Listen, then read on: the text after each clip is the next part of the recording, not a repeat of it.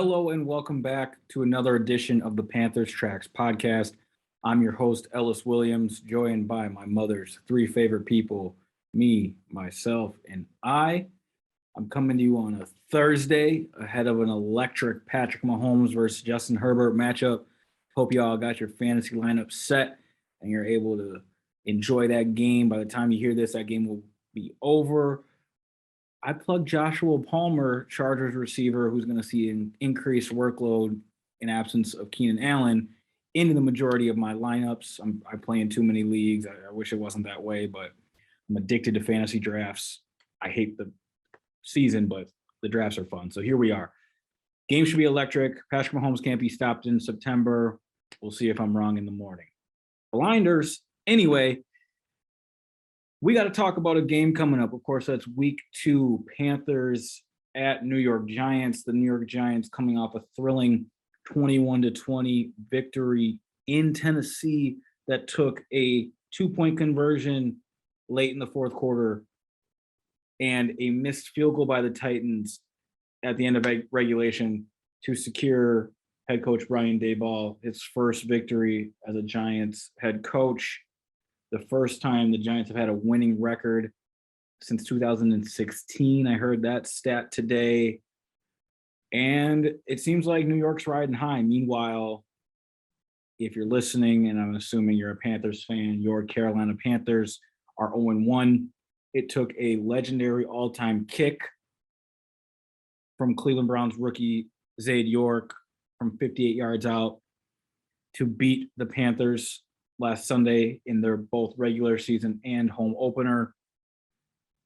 Fun fact, depending on who you are, or just a fact, legendary Browns kicker Phil Dawson kicked about 12, 13 years in the league. He's a legend in Cleveland, largely because they didn't have any quarterbacks to cheer for, but I mean, he's a Hall of Fame kicker. His career long, Phil Dawson's career long, 57 yards. It took history to beat Carolina. I hope that makes everyone feel all right. But we got a lot to talk about. How I want to package this preview podcast and maybe the preview podcast going forward is very simple. I'm going to lay out my keys to victory, but before that, I want to clearly identify what is on the line. So this is the part of the podcast where I'd throw it to a sponsor or have a cool drop that would go like, what's on the line? Featuring L. Will. All right, that was my drop. What's on the line? It's pretty simple. An 0-2 start is at stake. And next week I might change the segment to what's at stake. I like what's at stake more than what's on the line. But either way,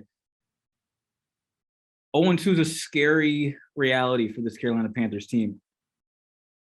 And I don't say that because I'm not going to throw out like stats about how nobody who starts 0-2 makes the playoffs, or like only 36% of teams that start 0-2 make the playoffs. I don't have that data in front of me.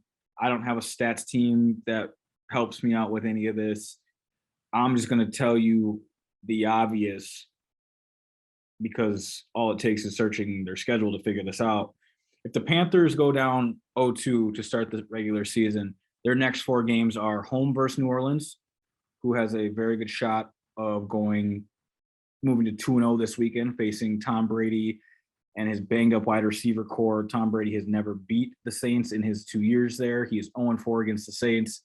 So you potentially are facing a 2-0 New Orleans team next week. Then you get Arizona and Kyler Murray. Anyone who's heard me so far knows I'm fading the heck out of the Cardinals this year. I'm out on Kyler Murray until he turns 30. It's kind of a joke, but I just don't think the young man watches enough tape and has progressed enough as a cerebral quarterback worthy of the talents that he naturally possesses to garner my respect. And I'm just a little beat writer, so it's not like he cares about my respect. All I'm saying is I don't think he has what it takes and takes this profession seriously enough to garner what I would call somebody who deserves the keys to the kingdom, which is, the most expensive piece of property in sports. It's an NFL team, right? So that's a long way of saying I'm fading the Cardinals, but there's no guarantee you're beating Kyler Murray. I mean, he's Kyler Murray. That's the point. That's why I'm so disappointed in Kyler, because he could be so much better, because he's a freak. He's my size, 5'9", not even close to 200 pounds, and he does anything he wants to on a football field. Young man's nuts. Point is, I'm fading them. Still no DeAndre Hopkins. They got whooped by the Chiefs. That was embarrassing. But the past 2 times Kyler Murray has played an important football game, playoffs last year, and then week 1, he's gotten embarrassed and ran off the field, but whatever. Pay the man, I guess. I got to calm down. But it's the coffee. No easy test there. No guarantees you're containing Kyler Murray. All right. 3rd game, San Francisco. Maybe the Niners just aren't good. Maybe Trey Lance just isn't good. You know, that young man hasn't played much real football just because of his circumstances. Pandemic, NDSU kid, 1 game that pandemic season, sits all last year, and now the Niners offense is in flux. That defense is real. That roster is stacked. I don't know. We don't know enough about the Niners, but I do know this. That 4-game run ends with a trip to Los Angeles to face the defending Super Bowl champion Rams, who, you know, whatever happened on the opening game of the season versus the Bills, they're going to be a really good football team, and we'll know that this upcoming week. So what I'm trying to tell y'all is 0-2 is scary because you got 4 games that are all going to cause you problems. Every game in this league causes you problems, but you know, you look at the quarterbacks, you look at the rosters, you look at possible momentum, and 0-2 is scary. So what's on the line or what's at stake? An 0-2 reality with 4 challenging games to go. We shall see. Let's hop into how I want to set these games up, and I'm literally just going to give you the keys to victory. Each week, the keys to victory. I'm DJ Khaled out here with it. I got the keys. We're going to run through about 5 or 6 keys to victory. And I'm not going to waste no time because I got football to watch tonight. I've been at the Panthers facility since 11 a.m. These days get long, but it's that time of year. I love doing it, and I hope you all enjoy listening. Key to victory number 1. All I got written down is Saquon Barkley. How are you going to stop Saquon? How are you going to contain Saquon Barkley? I wrote about it today. Check it out either now or in the morning. Whenever you're getting this, you can't get it now because I'm recording it, but it is up. Saquon, 18 carries, 194 total yards, 6 catches on 7 targets, 30 yards. Had a career-long 67-yard run against the Tennessee Titans last week. Scored the go-ahead 2-point conversion by making like 3 people miss, including multiple Titans defenders in the backfield. He just looks back, you guys. He just looks back. He's cold, man. He is a fusion of Nick Chubb and Kareem Hunt. The Giants run some similar concepts that Cleveland does. You're gonna see pin pull, which is when the center lead blocks. You're gonna see power runs, which is when the guard lead blocks. These are oversimplifications, but you understand, I hope. But Phil Snow, Panthers defensive coordinator, detailed their run game appropriately today, saying that they do a great job at making sure Saquon's shoulders stay parallel to the line of scrimmage, meaning he's not going east and west no more. He's not dancing. He's getting downhill, north and south, and running with the intent to score, running mean, running hard. Saquon's a scary dude. Talking to players in the Panthers locker room this week, you can just hear the automatic respect they have for Saquon. Understanding Brian Burns today saying that it's going to take all 11 guys to tackle him. And I know that's a cliche, but they are trying to bring it to fruition. Brian shared with us that the defensive line and the linebackers are meeting as a group about the run game so that everybody's on the same page. He said that this is something they did a year ago, but not until later in the season. And that Shaq Thompson hit up Brian about doing group meetings again so that they can get on the same page as soon as possible. Makes a lot of sense. Sounds great in theory. We'll see if that executes, because there's a lot of pressure on these linebackers to clean up all their mistakes from week 1. Wasn't a pretty game for Damian Wilson. Frankie Louvu was out there a lot, but struggled.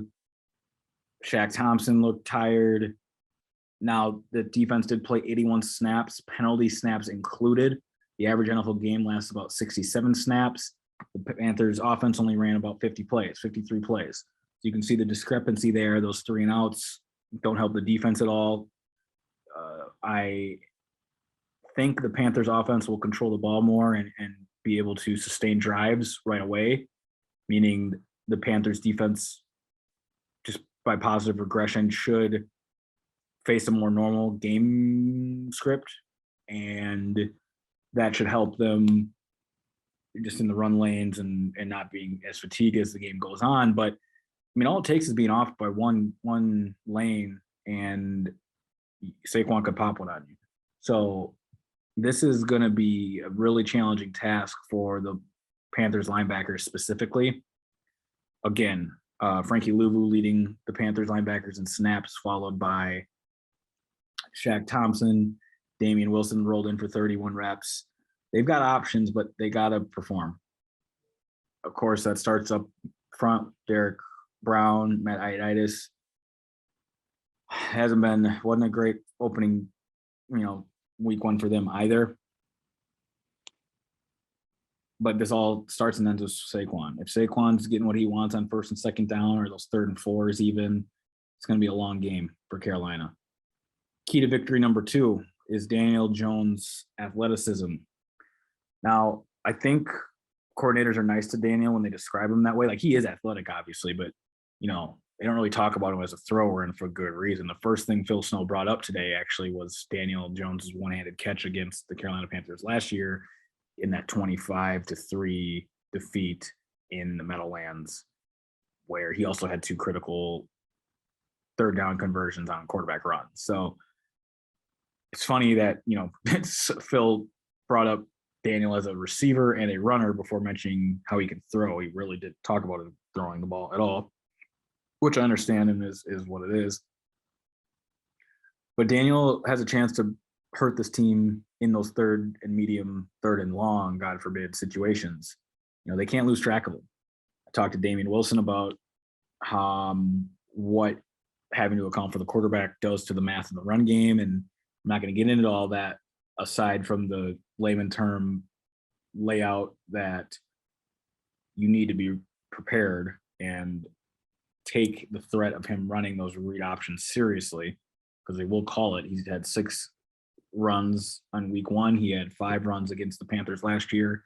He's going to run when Brian Daboll calls his number. Brian Daboll, very familiar with athletic quarterbacks, coming from Buffalo and working with Josh Allen. So that's going to be a test where Daniel can't beat them is 3rd and 11. Everything looks good, and then he drops back and just takes off and breaks your spirit. Can't have those. 3rd key. It goes hand in hand with what I just said about 3rd and long. The Panthers need to end drives with punts, force punts, get off the field. Too many times last week, and Phil Snow said this today, those 3rd and 9s, 3rd and 10s, 3rd and 11s where they moved the Browns moved the chains via a Donovan Peoples-Jones reception. Those are killers. DPJ, 6 catches, 60 yards, had 2 critical catches, a conversion against Dante Jackson in man, and then he had the catch that moved them across midfield to set up Cade York's 58-yard game winner in a soft zone coverage against Jeremy Chin. You think the blitz is going to get home, and it doesn't. And that's really what this 3rd down and this week's going to come down to. Either Brian Burns needs to get home or Phil Snow's blitzes do. Someone's got to give. If it's both, great. But one of those 2 avenues need to result in quarterback sacks. Brian Burns, 6 tackles, 4 hurries against the Browns, no sacks. Phil Snow talked in detail today about how Brian is going to face double teams all year. He's got to find a way to win. And there's ways they can help him, but Brian's got to capitalize in those moments. And on the rare moments he's one-on-one in non-obvious passing situations, those 2nd and 8s, 1st down, see what you can do. I'm not saying that as if he's not trying. I'm just saying it needs to happen. I had someone tell me today Brian Burns is only going to get 6 sacks. We're going to see. The Panthers blitz on 21% of plays last week. It'll be interesting to see if that number increases, stays the same, decreases. Phil Snow had a good quote about how every blitz call has its own personality. Those were his words. I liked that language, which he's completely right about. You can send the free safety, you can send the nickel corner, you can send a linebacker in the A gap. There's a zillion different ways to blitz, but you got to get home. Again, we gonna see. Daniel Jones was pressured on 18 of his 26 dropbacks against the Titans last week. There's opportunity for it. Getting off the defense here, my fourth key to a Panthers victory is how they start offensively. I mean, it was some of the first stuff Matt Rule said at the podium last week that they just started too slow. It was obvious for anybody watching. They gotta have a really positively scripted game plan in that opening drive. Things you know are gonna work. That's what was so disappointing about last week is those first two drives are planned. It's like you know what to expect. So the chances of points and yardage are just more likely early in the game and late in the game. Late in the game, you're pulling out all the stops. Like a basketball game, everybody's, for lack of a better term, trying harder. The urgency is there, I guess is what I should say. And then in the starting games, it's just, it's predictable. It's script. You should move the ball. We got to see Carolina move the ball Sunday to start the games. It has to happen. There's no debating it. I mean, we'll have serious questions if not. Specifically about Ben McAdoo, who's coming home to New York, where he was a head coach for the first time and, called plays and had Odell Beckham Jr. and Eli Manning. He said he learned a lot there. He had a great quote that I'm not going to be able to remember, but it was something along the lines of experience elicits an opinion, something like that. Like you learn from your lumps, and the only way to learn in this league, and I think in life, is by doing it.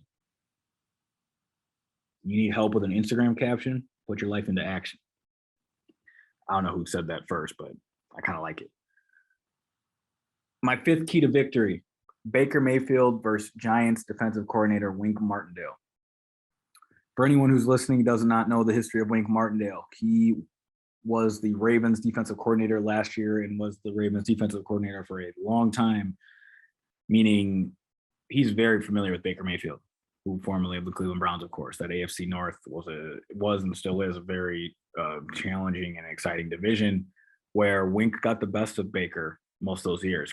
Baker Mayfield has a career record of 3-5 against Wink Martindale, 13 touchdowns to 9 interceptions. But one game I want to focus on specifically is a 2020 game, Cleveland versus Baltimore, Sunday night football, maybe Thursday night football. I get those night games confused.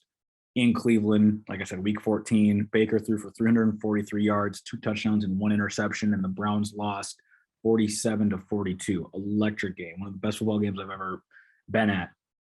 And Baker ate the Ravens alive because of man coverage.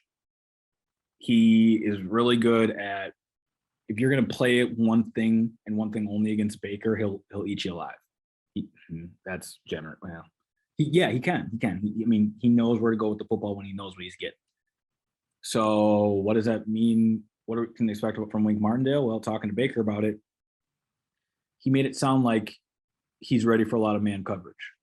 He added that they added players to their rosters to specifically fit that Wink Martindale scheme. Wink plays a lot of man because he likes to blitz heavy. So again, Baker, knowing it's man coverage, knowing where the blitz is coming, knows where to get the ball out to because you're not changing anything post snap. He'll throw his hot read. You blitz on one side, he'll throw that side. It's you're down a man. Baker is really effective against the blitz when he knows where it's coming from. We'll see what the Giants have in store from them, but I'm really excited to see this new chapter in both Baker Mayfield and Wink Martindale's careers and how that materializes on the field. Key number 6, and then I'm just going to get out of here with a few notes for you guys. Christian McCaffrey's involvement / the run game. This Giants defense held Derrick Henry to 21 carries that only garnered 82 yards. That's 3.9 yards per carry. Linebacker Trey Crowder had a light up of Derrick that you don't see often. Kind of clipped him on the side up high and took him off his feet. It's a physical defense. They're going to hit. They're going to rally to the football. Jair Ward, like I said, Trey Crowder, two linebackers that don't come off the field for this team. They're going to be keying Christian McCaffrey. And I think the Panthers would benefit from either running right downhill at them, those same RPOs, duo style center guard combos, or trying to get wide on these guys. Try and beat them to the sideline. I think there's some screen game that can be unlocked. They're facing a really different back this week. Statistically and on merit, if you're playing Madden, Christian and Derrick have the same overalls, right? They're freaks, but they're very different football players. That should benefit Carolina. On the defensive front, it starts with Leonard Williams. They're going to have to key him all game, dictate your pass pros to where he lines up. He's in between a 3 tech and a 1. I got to see all 22 before I can really articulate the way that front is going to deploy itself. But what I do know is in week 1, the Giants' 2 top pass rushers, Kayvon Thibodeau and Azeez Ojulari, did not play. They're both on track to play week 1. Sounds like Kayvon, their rookie, the player picked right before Ika Mekwonu this year, sounds like he will play. Ojulari is more of a question mark. Just getting one of those guys back will be huge for the Giants. More problems for Carolina to worry about. But on that defense, I think the guy you can attack is Aaron Robinson, their number 2 corner. This could be a big DJ Moore game if they're able to get those RPOs that they started scratching the surface on early. Robbie Anderson looks like he'll remain involved. I mean, he played every snap. I don't know what that means for Terrence Marshall. I don't know what it means for Rashard Higgins.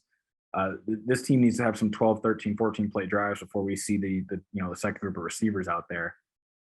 Ian Thomas was their second leading receiver, I think, but that one catch for 50 yards was about it. I'm still worried about this tight end room. Tight end and linebacker room. Like you recognize the names, but we need to see it, right?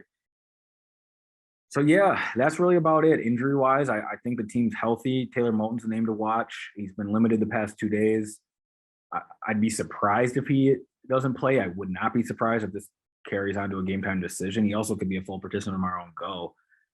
He looked fine in the locker room today, but that doesn't, necessarily always translate to what could happen on the field. So we're kind of operating in some gray area here, but I'm confident that for the most part, the Panthers are healthy. Christian McCaffrey not on the injury report, of course. He got a rest day Wednesday, full go today, Thursday when I'm recording this. So he'll be set. And y'all just enjoy this Sunday. Enjoy that we get another one of these. This is a lot of fun, and it's fun for as long as they matter. And this is a game that matters. This podcast was produced by Michaela Holder. My name is Ellis Williams, signing off of the Panthers Tracks podcast. We'll try to get back to you as soon as possible after the game. Once we get our staff more in order here at the Charlotte Observer, which I'm excited to share details on some hires coming up. This will be a more consistent product.